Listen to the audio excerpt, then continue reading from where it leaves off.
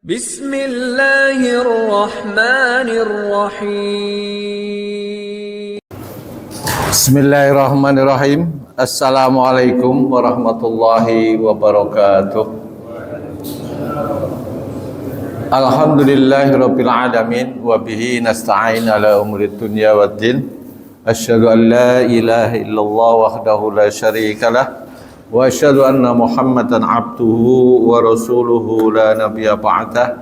Allahumma salli ala Muhammad wa ala alihi wa sahbihi ajma'in, amma ba'd. Alhamdulillah, Bapak, saudara-saudara sekalian yang dirahmati Allah Subhanahu wa taala. Pada kesempatan kali ini Allah memberikan anugerah yang luar biasa kepada kita semua, bahwasanya di hari yang mulia ini, yaitu kebetulan bertepatan dengan 10 Asyura, kemudian kita oleh Allah Subhanahu wa taala diberi kekuatan untuk masih mampu melaksanakan ibadah siam, puasa Asyura. Mudah-mudahan amal kita, mudah-mudahan puasa kita diberi oleh Allah Subhanahu wa taala ridhonya, dan kemudian Allah jadikan puasa kita ini menjadi amal soleh kita. Bapak dan saudara sekalian yang dirahmati Allah Subhanahu wa taala, alhamdulillah juga saya pribadi setelah merasakan sakitnya orang tertarik urat luar biasa. Jadi alhamdulillah pada kesempatan kali ini sudah bisa kembali bersama Bapak untuk melanjutkan kembali taklim kita yang terhenti 1 minggu, sehingga pada kesempatan kali ini kita bermuajah kembali untuk melaksanakan taklim hadis Arba'in An-Nawawiyah. Bapak dan saudara sekalian yang dirahmati Allah Subhanahu wa taala, setelah kita ucapkan hamdalah dan juga sholawat, mari kita mereview kembali, mereview apa yang pernah kita kaji. Nah, kebetulan kalau bapak-bapak kemarin sudah belajar tentang niat, maka ketika kita puasa Tasu'a itu ada 2 niat. Niat puasa Kamis, sunnah Kamis, dan juga puasa Tasu'a. Nah, maka itulah yang dikatakan Ibnu Mubarak, an-niyatu ablaghu minal amal, katanya. Niat itu lebih dulu nyampe di hadapan Allah ketimbang amalnya. Apa maknanya, Bapak dan saudara sekalian? Satu amalan itu bisa diniatkan 2. Kalau kemarin Kamis itu bisa puasa Kamis dan juga puasa Tasu'a. Jadi ada 2. Kalau itu kita niatkan, maka pahalanya ada 2. Nah, maka itulah yang dikatakan Ibnu Mubarak, an-niyatu ablaghu minal amal. Niat itu lebih cepat nyampe ya, lebih cepat dapat pahalanya ketimbang amalnya. Nah, amalnya belum tapi sudah dapat, amalnya tidak dikerjakan tapi dapat pahalanya. Inilah yang kemarin kita belajar tentang an-niat. Jadi niat kemarin sudah diniatin 2 belum Pak Nana? Pokoknya puasa saja gitu ya, puasa Tasu'a. Ada 2 niat itu sebetulnya. Iya, Kamis dan sekaligus puasa Tasu'a. Jadi ada 2. Kalau kita kemarin nggak sempat memberikan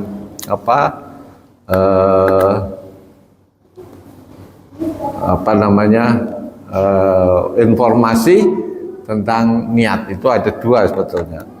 Bapak dan saudara sekalian yang dirahmati Allah Subhanahu wa taala, mari kita lanjutkan kembali tentang hadis Arba'in yang kedua.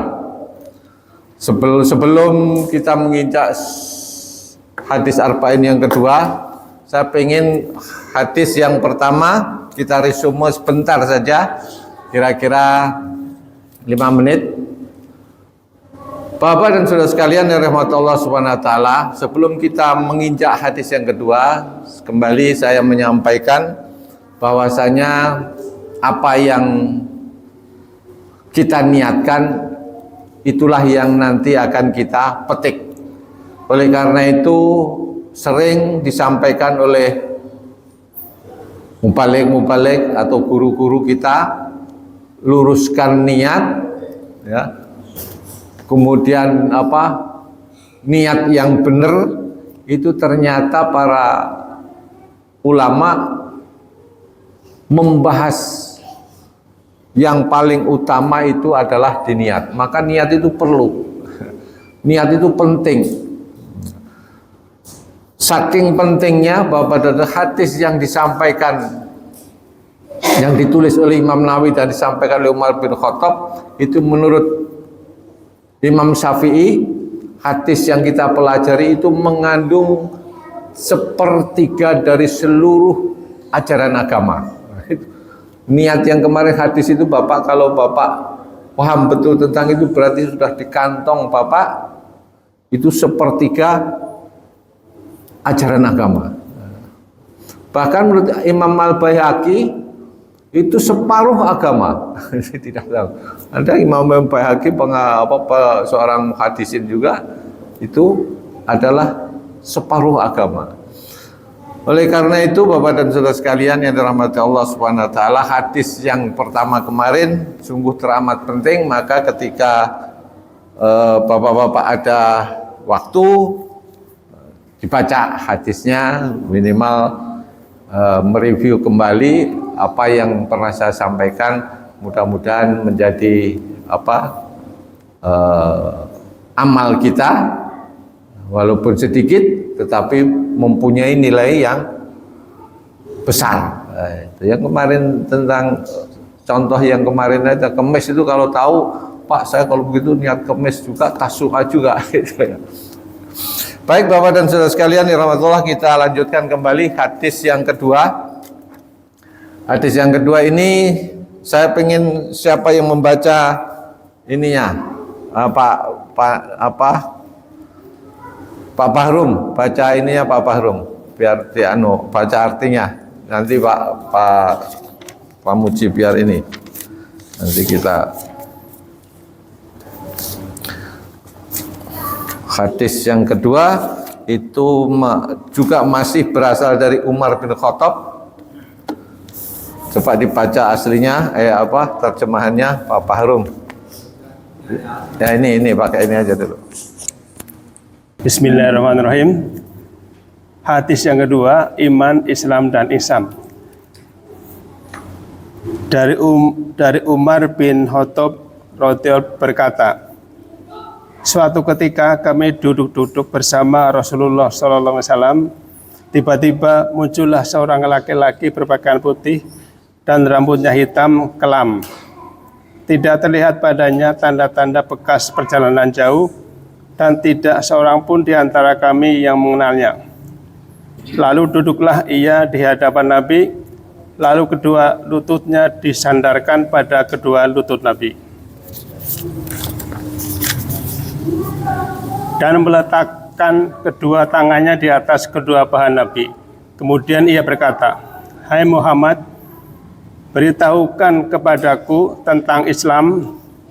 Rasulullah SAW menjawab, "Islam adalah engkau bersaksi bahwa tiada Tuhan selain Allah dan sesungguhnya Muhammad adalah utusan Allah. Mendirikan sholat, membayar zakat, berpuasa pada bulan Ramadan, dan mengerjakan ibadah haji ke Baitullah jika engkau mampu melakukannya." Orang itu berkata, "Engkau benar." Kami pun heran. Ia bertanya lalu membenarkannya. Orang itu berkata, "Beritahukan kepadaku tentang iman." Nabi menjawab, "Engkau beriman kepada Allah, malaikat-malaikatnya, kitab-kitabnya, rasul-rasulnya, hari kiamat, dan beriman kepada takdir Allah yang baik ataupun yang buruk." Orang itu berkata, "Engkau benar." Orang itu berkata lagi, beritahukan kepadaku tentang ihsan. Nabi menjawab, engkau beribadahlah kepada Allah seakan-akan engkau melihatnya. Jika engkau tidak melihatnya, sesungguhnya dia pasti melihatmu. Orang itu berkata lagi, beritahukan kepadaku tentang hari kiamat. Nabi menjawab, yang ditanya tidaklah lebih tahu daripada yang bertanya. Orang itu pun berkata lagi, beritahukan kepadaku tentang tanda-tandanya. Nabi menjawab, jika budak perempuan telah melahirkan tuannya, jika engkau melihat orang-orang yang tidak beralas kaki, tanpa memakai baju, miskin dan pekerjaannya mengembala kambing, telah berlomba-lomba mendirikan bangunan yang megah. Kemudian orang itu pergi, aku pun terdiam. Beberapa saat kemudian Nabi berkata kepadaku, wahai Umar, tahukah kamu siapakah yang bertanya tadi? Aku menjawab, Allah dan Rasulnya yang lebih mengetahui. Nabi berkata, dia adalah malaikat Jibril. Ia datang untuk mengajarkan kepadamu tentang agamamu. HR Muslim. Baik, Bapak dan saudara sekalian yang dirahmati Allah, itu adalah terjemahan dari hadis yang kedua. Apakah terjemahan itu bermakna sama dengan apa yang di dalam hadis ini? Oleh karena itu, Bapak dan saudara sekalian, saya ingin juga menyampaikan tentang pengertian dari hadis yang tadi terjemahannya sudah dibacakan oleh Pak Harum. Pertama, secara global ini ada 3 hal yang perlu saya sampaikan. Pertama, tentang asbabul wurudnya hadis. Asbabul wurud hadis itu dari mana kita dapatkan? Ternyata sudah di dalam hadis ini. Yaitu ketika Umar mengatakan, qala bainama nahnu julusa inda Rasulillah sallallahu alaihi wasallam. Suatu saat kami para sahabat itu duduk bersama dengan Rasulullah sallallahu alaihi wasallam. Zatal yaum, pada suatu hari. Ittala alaina rajulun sadidun bayadil siap. Tiba-tiba datanglah seorang laki-laki yang sangat putih bajunya, sawadus sya'ri, sadidu sawadus sya'ri, dan juga sangat hitam rambutnya, la yura alaihi atharus safari, dan tidak terlihat sama sekali kalau dia itu sedang berpergian jauh. Dari hadis ini, Bapak dan saudara sekalian, pertama, apa yang dilihat oleh Umar itu adalah tiba-tiba, artinya tahu-tahu ada seorang laki-laki, nggak tahu datangnya dari mana, tahu-tahu sudah ada di dalam masjid. Nah, ini yang luar biasa itu ini. Ini apa? Kalau di sekarang kok ujuk-ujuk nongol, nah itu bahasanya itu. Ini dilihat oleh Sayyidina Umar, itu orangnya putih bersih, rambutnya hitam, dan bukan dari perjalanan jauh. Kelihatan ini tahu-tahu sudah ada di depan kita. Wala yurafuhu wala ya'rifuhu minna ahadun, dan kami ini juga tidak satu pun kenal siapa itu. Kalau orang Madinah aja saya tahu seluruh kota Madinah, tapi ini kok nggak pernah tahu, saya ini nggak kenal juga, enggak tahu juga, nggak tahu-tahu sudah ada di depan Nabi. Oleh karena itu, Bapak dan saudara sekalian yang dirahmati Allah Subhanahu wa taala, inilah yang kemudian dipahami oleh para ulama usul fikih. Ini namanya asbabul wurud. Apa? Asbabul wurud. Hadis ini akan terucap oleh Nabi, rangkaiannya itu. Rangkaiannya dari awal Umar mengatakan, tahu-tahu ada datang seorang laki-laki yang demikian-demikian. Kemudian tahu-tahu dia langsung menuju tempat duduk Nabi, dan ketika itu digambarkan oleh Umar, duduknya itu juga nggak tanggung-tanggung, langsung di hadapan Nabi, dan duduknya itu menurut para ulama itu duduk iftiros. Ketika itu fajalasa, jalasa itu duduk yang seperti apa katanya, dipermasalahkan Pak. Apakah duduk bersila? Itu kan sama-sama duduk itu. Apakah duduk? Nah ini para ulama muhaddisin mengatakan itu duduknya duduk iftiros, duduk kayak tahiyat awal itu. Awal, kemudian dia menuju ke di hadapan Nabi, kemudian dengkulnya saling berhimpitan. Kemudian ketika dengkul sudah berhimpitan, tangannya orang yang laki-laki tadi menyentuh paha Rasulullah Shallallahu Alaihi Wasallam. Jadi kayak orang nah, di hadapan Nabi dia begini di paha Rasulullah. Kemudian Umar mengatakan, orang ini terus bertanya, masih Umar ini yang menggambarkan apa perilaku orang ini. Maka digambarkan oleh Sayyidina Umar. Kemudian orang itu bertanya, tanyanya itu juga aneh katanya. Kenapa jadi aneh? Dia nanya, kalau sudah dijawab, dia membenarkan juga. Heran lagi tuh, sampai heran. Gambarannya Sayyidina Umar. Maka di sana disebutkan, ya Muhammad, wahai Muhammad, akhbirni anil Islam. Beritahu apa itu Islam katanya. Beritahu apa Islam. Kemudian Rasulullah SAW menjawab, al-Islamu an tashhada alla ilaha illallah wa anna Muhammadar Rasulullah wa tuqimas shalah wa tu'tiyaz zakah wa tasuma Ramadan wa tahujjal baita in istata'ta ilaihi sabila.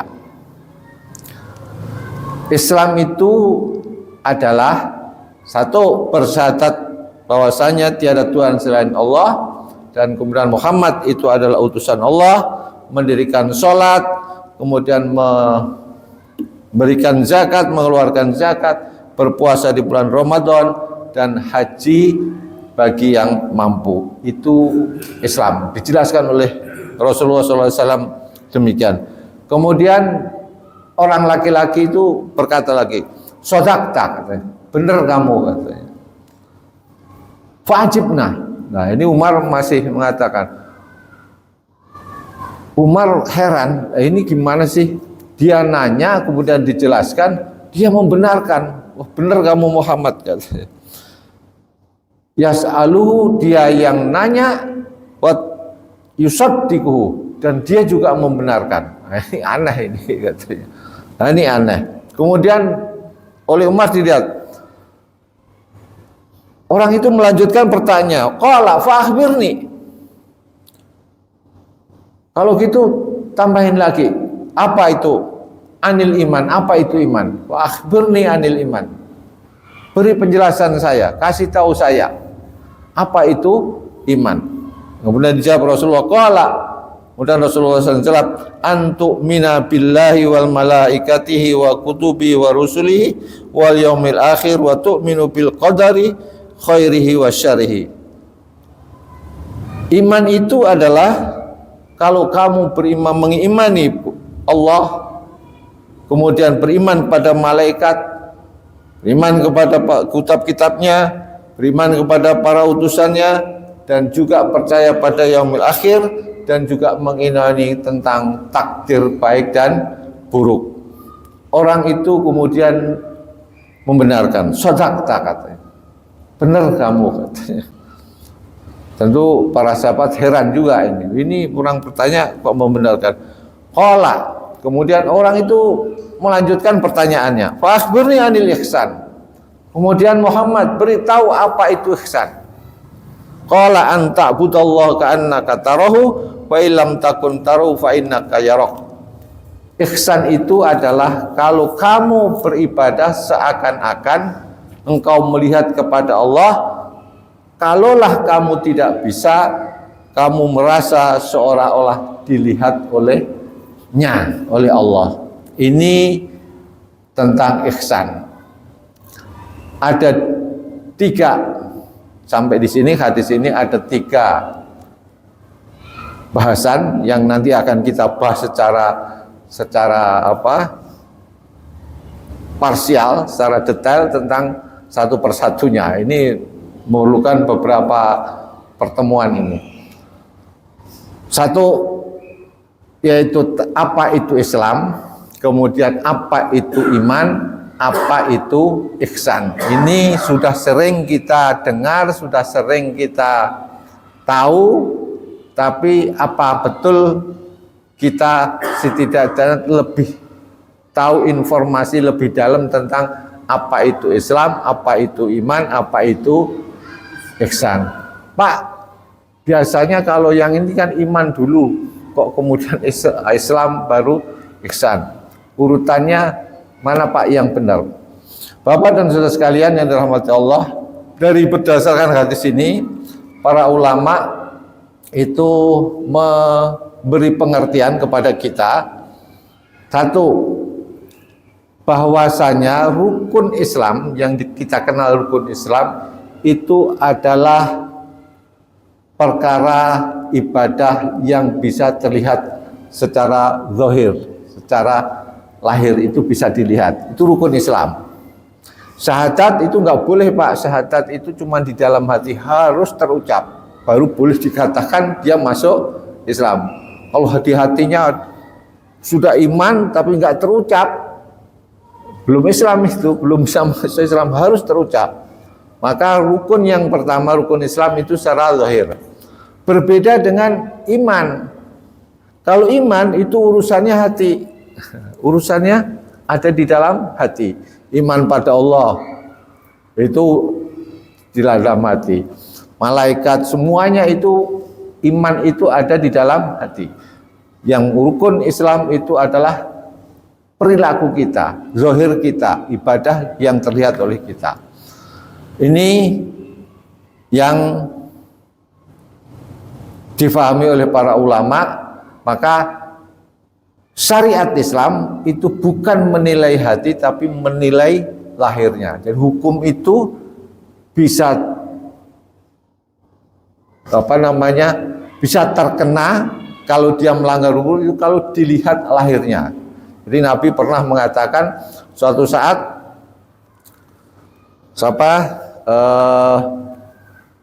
Khalid bin Walid, panglima perang itu Pak, Khalid bin Walid, ketika dia menaklukkan kota Mekah, beliau itu diutus untuk masuk kota Mekah dari pintu yang lain. Pintu utama oleh Rasulullah itu dipimpin oleh Rasulullah. Kemudian pintu yang sebelah lain itu disuruh Khalid bin Walid untuk masuk dari sana. Nah, suatu ketika Khalid bin Walid masuk dari kota sebelah baratnya dari kota Makkah, pintu yang lain. Di sana dihadang, Pak. Dihadang oleh kaum Quraisy. Kemudian terjadi pertempuran kecil. Ternyata ketika pertempuran kecil itu kalah orang-orang kafir Quraisy ketika mau ditaklukkan. Kemudian ketika itu salah satu di antara yang mau dibunuh itu dia bersyahadat. Mengatakan asyhadu an la ilaha illallah asyhadu anna muhammadar rasulullah, tapi oleh Khalid bin Walid tetap dibunuh. Karena cuma pengen menyelamatkan supaya dia enggak dibunuh gitu aja. Dia cuma berhelah gitu ya, supaya enggak dibunuh. Ya sudah, saya asyhadu an la ilaha illallah asyhadu anna muhammadar rasulullah. Tapi si Khalid bin Walid tetap saya bunuh. Kemudian cerita ini, peristiwa ini didengar oleh Rasulullah SAW. Nah, ketika sudah tercerah, panggillah Khalid bin Walid. Apa benar kamu begitu? Benar, ya Rasulullah SAW. Ini benar. Kenapa kamu kok membunuh orang sudah ini? Itu dia cuma mau khilah supaya tidak saya bunuh. Emang kamu tahu apa hatinya dia? Enggak tahu. Lah gimana saya tahu ya Rasulullah? Bedah itu muka dadanya. Kamu lihat enggak? Enggak bisa lihat. Oleh karena itu, hukum Islam itu tidak menghukumi apa yang hanya menghukumi apa yang terlihat. Kalau terlihat sudah syahadat, itu nggak boleh dibunuh. Apakah kamu tahu hatinya? Katanya. Tidak ya Rasulullah, maka jangan kamu. Itulah Bapak dan Saudara kan, antara lain harus syahadat itu harus terucap. Nah kalau sudah terucap itu haknya sama. Nggak boleh dibunuh, dilindungi hartanya, dilindungi nyawanya. Nah, inilah pengertian baru tentang syahadat. Yang rukun Islam itu lahirnya yang terlihat. Nah, yang iman itu adalah amal hati. Seluruhnya ada di dalam hati. Maka sering di dalam khutbah itu iman itu harus ditingkatkan karena memang adanya di dalam hati. Kalau ibadah udah bisa dilihat itu aktivitas-aktivitas yang kita ini. Ini dua ini, yang satu adalah yang lahir, rukun Islam, kemudian rukun imannya itu adalah tentang hal-hal yang bersifat amalan hati, seluruhnya amalan hati. Kemudian ihsan, Bapak dan Saudara sekalian, itu adalah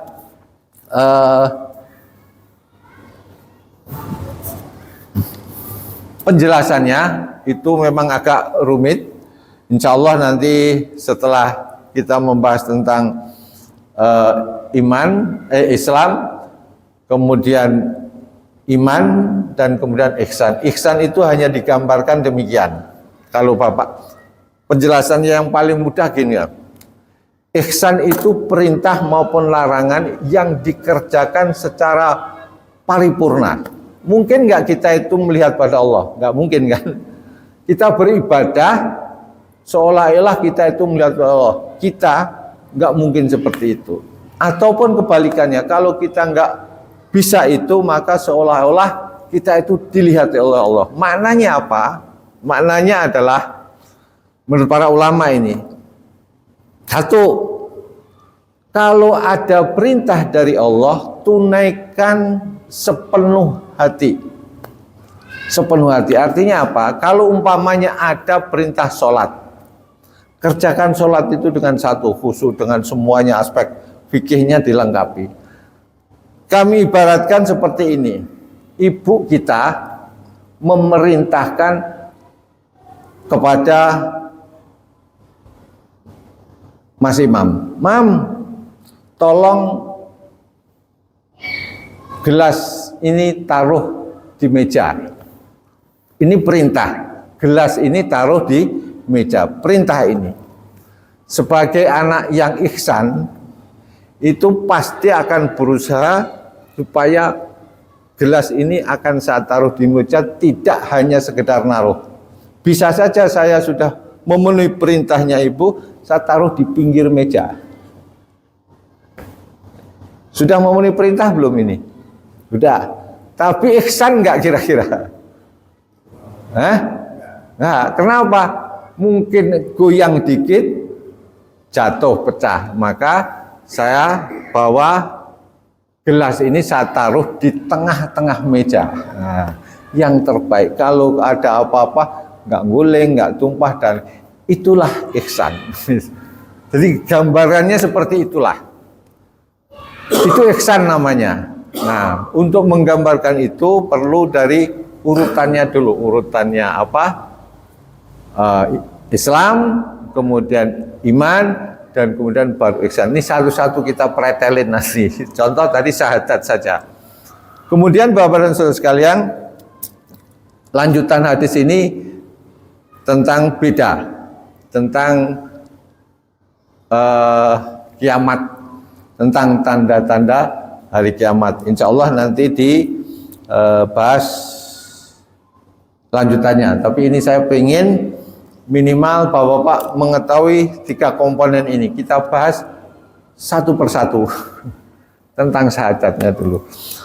Mungkin dari situ mungkin ada pertanyaan. Bismillahirrahmanirrahim. Assalamualaikum warahmatullahi wabarakatuh. Mohon maaf tadi Pak Ustadz menjabarkan ihsan. Ihsan adalah bila kita beribadah anggaplah seolah-olah Allah memperhatikan kita. Seolah-olah kita melihat Allah. Atau jika tidak, percayalah Allah akan melihat kita. Kalau ini asumsi saya, mohon maaf kalau salah ya dikoreksi. Dengan kaitannya hadis kemarin yang innamal a'malu binniyat gitu ya. Bolehkah gitu? Saya menginterpretasikan bahwa ihsan itu berkaitan dengan ikhlas. Boleh nggak Pak Ustadz? Artinya karena kita diawasi, karena kita merasa dekat dengan Allah, jadi seolah-olah kita beribadah hanya untuk Allah.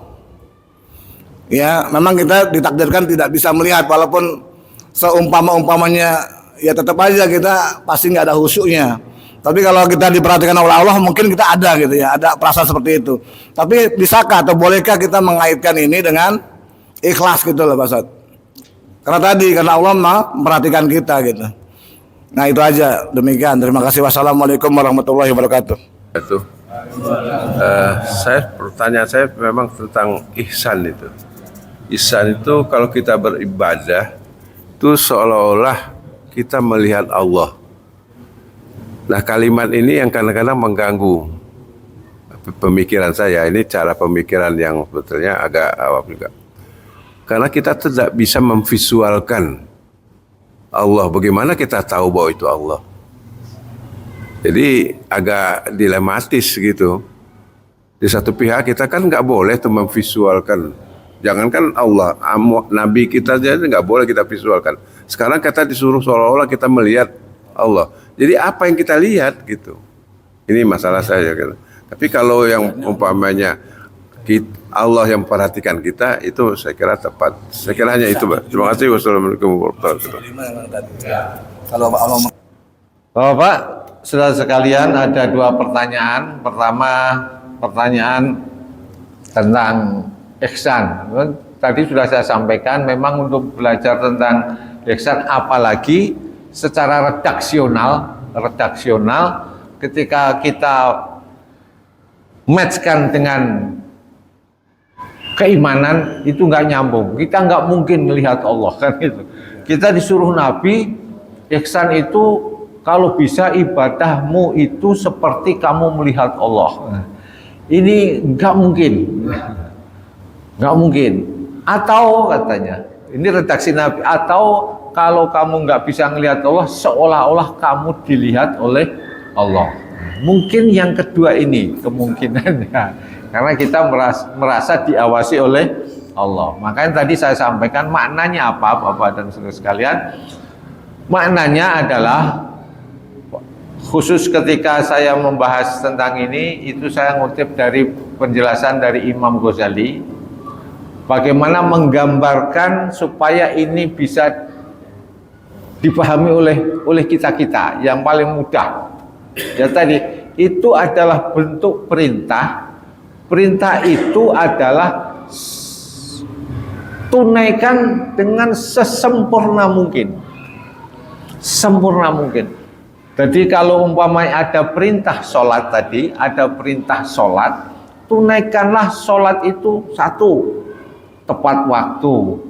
Semuanya lah, pokoknya wudunya bagus. Itu memang ada rangkaian dengan hadis-hadis Nabi itu tentang kalau kamu sholat itu perbaguslah wudu, baru kemudian demikian. Itu orientasinya itu menyempurnakan ketentuan-ketentuan syariat yang diperintahkan oleh Allah. Contoh yang paling itu Imam Ghazali mengibaratkan itu. Andaikan kamu diperintah oleh ibumu, maka perintah itu akan kamu tunaikan sesempurna mungkin. Contoh tadi saya sampaikan, kalau itu perintah, bentuknya perintah, setidak-tidaknya perintah itu akan membuat ibu saya tersenyum, senang. Wah, anakku pintar. Contoh yang tadi, Mam, tolong piring ini kamu taruh di meja. Pasti usaha kita tidak hanya sekedar naruh, boleh naruh tapi cuma di pinggir, kiwir-kiwir, nanti ada kucing, mungkin bisa jatuh. Maka usaha kita dengan kemampuan yang ada di kita sebagai anak-anak, naruh meja piring di tengah sehingga sempurna. Nah, itulah ihsan, merasa seolah-olah ibu itu ngawasin kita melihat kita menjadi orang yang ihsan. Itu apa? Orang yang berbuat itu namanya muhsinin. Maka dia katakan muhsinin, orang yang berbuat ihsan. Ihsan itu kebaikan. Kalau bahasa ininya adalah ihsan itu apa? Berbuat baik. Ihsan itu berbuat baik, bukan berbuat yang hanya sekedar menggugurkan perintah. Nah, jadi berbuat baik. Orangnya disebut muhsinin. Nah, jadi ihsan itu gambaran yang paling jelas itu, karena mau menggambarkan tadi kalau kamu ibadah seperti dilihat oleh Allah, atau kamu beribadah dilihat oleh Allah. Maka tadi yang paling mudah menggambarkan demikian Pak Haji. Susah menggambarkan, kalau melihat kan nggak mungkin, kalau dilihat ya mungkin, tapi apa yang harus dibuat? Ya berbuat sempurna mungkin. Ya itulah makna yang disampaikan oleh Imam Ghazali ketika dia mempresentasikan supaya itu bisa difahami. Ihsan itu ternyata. Mungkin itu Bapak dan Saudara sekalian penjelasan dua pertanyaan. Apakah itu bentuk ikhlas? Berbeda, ikhlas itu hanya semata-mata murni karena Allah. Tidak ada pretensi, tidak ada di hati kita pengen dilihat orang, pengen dipuji dan lain sebagainya. Itu kaitannya bukan dengan ikhlas, tapi untuk menjadikan ihsan itu supaya rangkaiannya orang yang mukhlisin kemudian menjadi muhsinin. Jadi mukhlisin itu kalau dalam tataran ilmu tasawuf di bawah muhsinin. Mukhlisin, kemudian atasnya adalah muhsinin. Di atas mukmin. Iya, di atas mukhlisin, di atas mukhlisin. Nah, muslimin, mukminin, mukhlasin atau mukhlisin, kemudian muhsinin. Jadi kaitannya dengan itu. Mungkin itu Bapak dan Saudara sekalian yang dirahmati Allah Subhanahu wa taala tentang hadis yang baru pertama, dan kita nanti insya Allah besok membahas tentang rukun Islam yang pertama tentang syahadat. Syahadat itu ada dua komponen yang perlu saya jelaskan besok, yaitu komponen satu syahadat tauhid, dan kemudian yang kedua syahadat Rasul. Syahadat tauhid itu syahadat kayak apa sih Pak? Ini perlu penjelasan Pak. Kalau nggak dijelaskan nanti taunya asyhadu alla ilaha illallah, oh ada Allah berarti tauhid mengesahkan. Hanya sekedar itu ya. Kemudian Muhammad Rasulullah itu syahadat Rasul karena ada kata-kata Rasul. Wah, itu syahadat Rasul. Tapi apa itu syahadat tauhid? Apa itu syahadat Rasul? Itu satu. Kemudian yang kedua, Bapak dan Saudara sekalian, perlu juga saya sampaikan, selama ini kita tahu tentang itu syahadat tauhid, tapi makna yang terkandung di dalam kalimat la ilaha illallah Muhammadur Rasulullah itu apa? Belum pernah mendetailkan tentang ini. La ilaha illallah, tidak ada Tuhan yang perlu disembah dengan benar kecuali Allah. Hanya tahu artinya, tapi makna yang ini nih, itu bisa pertemuan 5 kali belum tentu. Tapi besok saya olah sehingga saya cerita-cerita seperti cerita Khalid. Cerita Khalid itu sesungguhnya kan cerita tadi tentang rukun iman dan rukun Islam. Jadi Islam itu tidak menghukumi apa yang ada di dalam hati, tapi menghukumi yang di luar saja. Jadi tadi saya sampaikan Khalid bin Walid itu bisa membunuh orang yang sudah bersyahadat, itu ditegur oleh Rasulullah karena dia menghukumi yang ada di hatinya, padahal di hatinya dia nggak tahu. Mungkin itu Bapak dan Saudara sekalian. Kemudian mari kita tutup dengan kajian ini dengan membacaan subhanakallah hamdika asyhadu an la ilaha illa anta astaghfiruka wa atubu ilaik. Insyaallah nanti kita ketemu besok, ketemu tentang syahadat tauhid dan syahadat Rasul. Harus ngikutin semua ini nanti supaya tahu. Demikian kurang lebihnya. Mohon maaf. Assalamualaikum warahmatullahi wabarakatuh.